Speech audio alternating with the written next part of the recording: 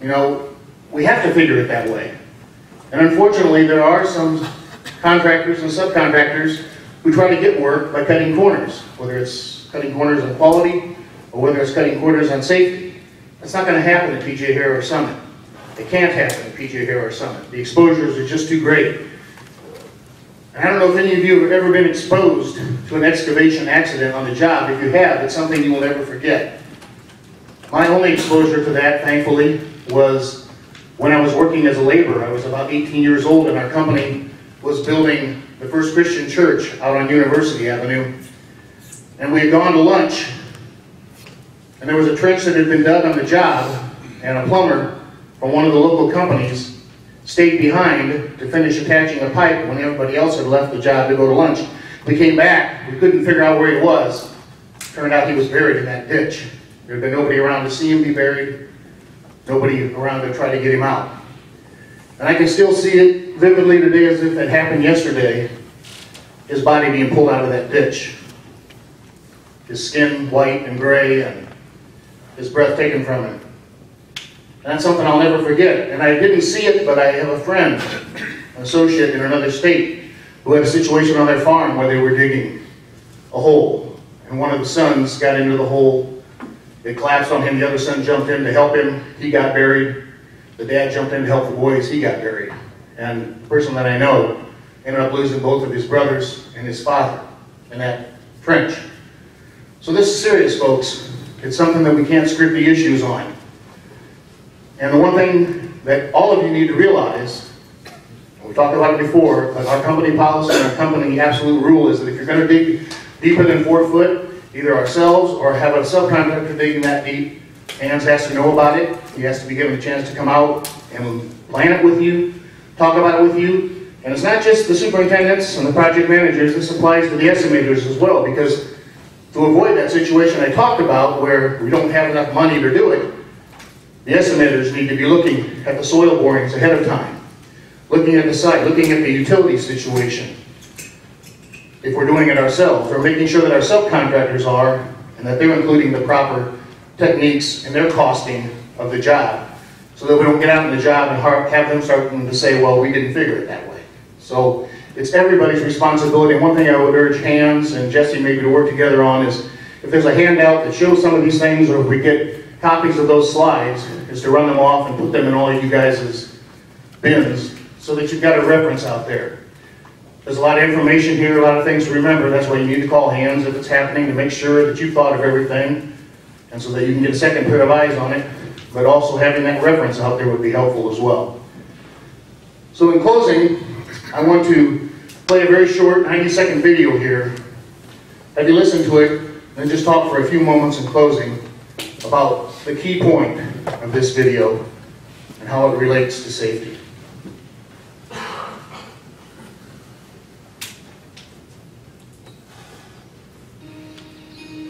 Some time ago, I had a conversation with a Marxist economist from China.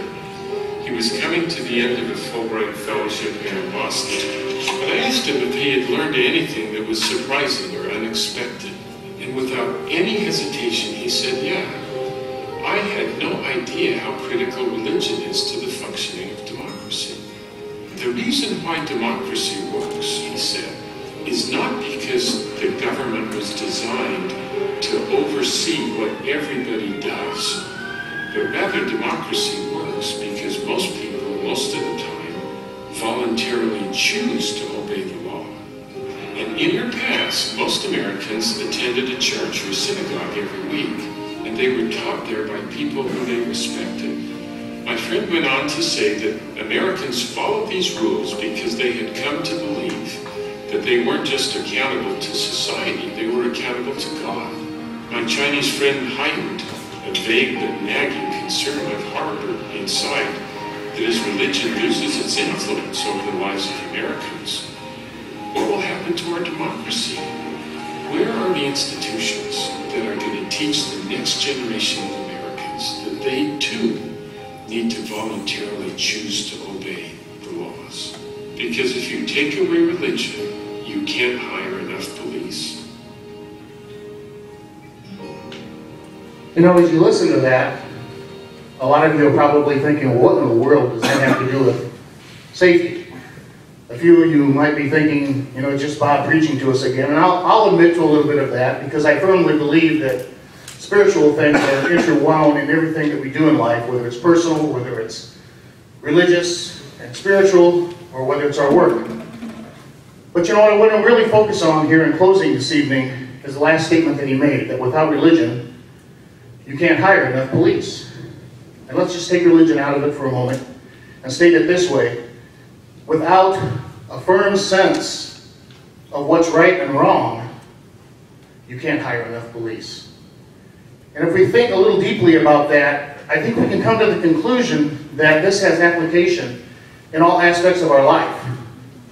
In our personal lives, as well as our work lives, not just our spiritual lives. How many of you here tonight have kids that are living at home with you? How many of you have kids that are over, say, 14 years old, living at home with you?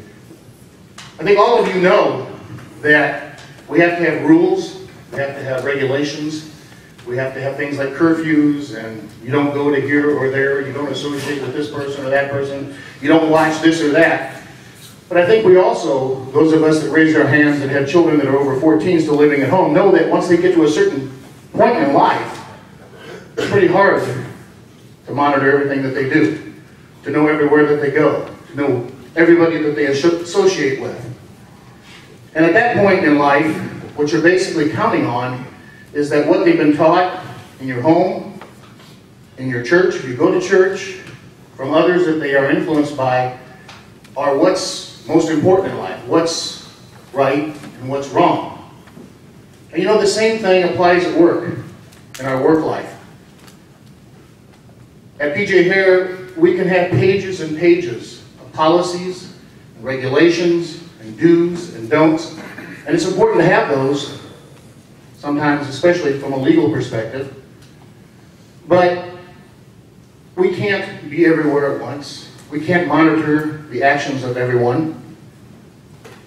When it comes to maximizing our productivity, when it comes to delivering the highest quality that we can, when it comes to servicing our customers, we have to hope that we've instilled within all of you and that you've been trained from the time that you started into the apprenticeship or started carrying a tool belt or working at a computer, that you've been instilled by your parents, by your church, by whatever we've taught or talked about, to do the right thing.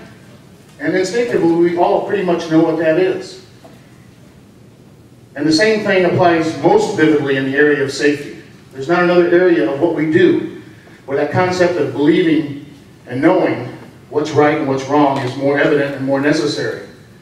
Because again, Hans can give all the safety instructions that he wants to. We can have pages and pages of company policies. The OSHA book could be twice as thick as what it is. But in the end, Hans can't be out on every job 8 hours a day. The people from the office can't be out there. OSHA cannot inspect every job every day. You as superintendents cannot watch everything that everybody in your job does on a daily basis.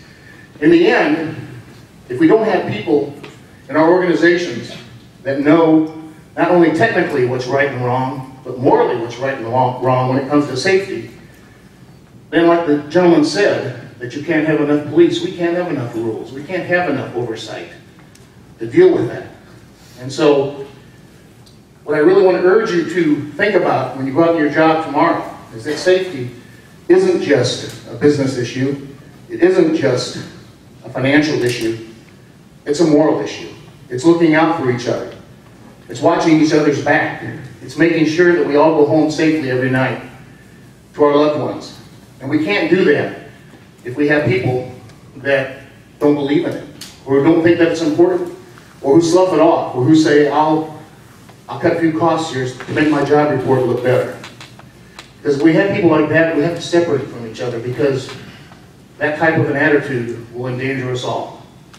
So think about that as you go out on your jobs tomorrow. Do the right thing. Be safe out there, everyone. Thanks for coming, and God bless.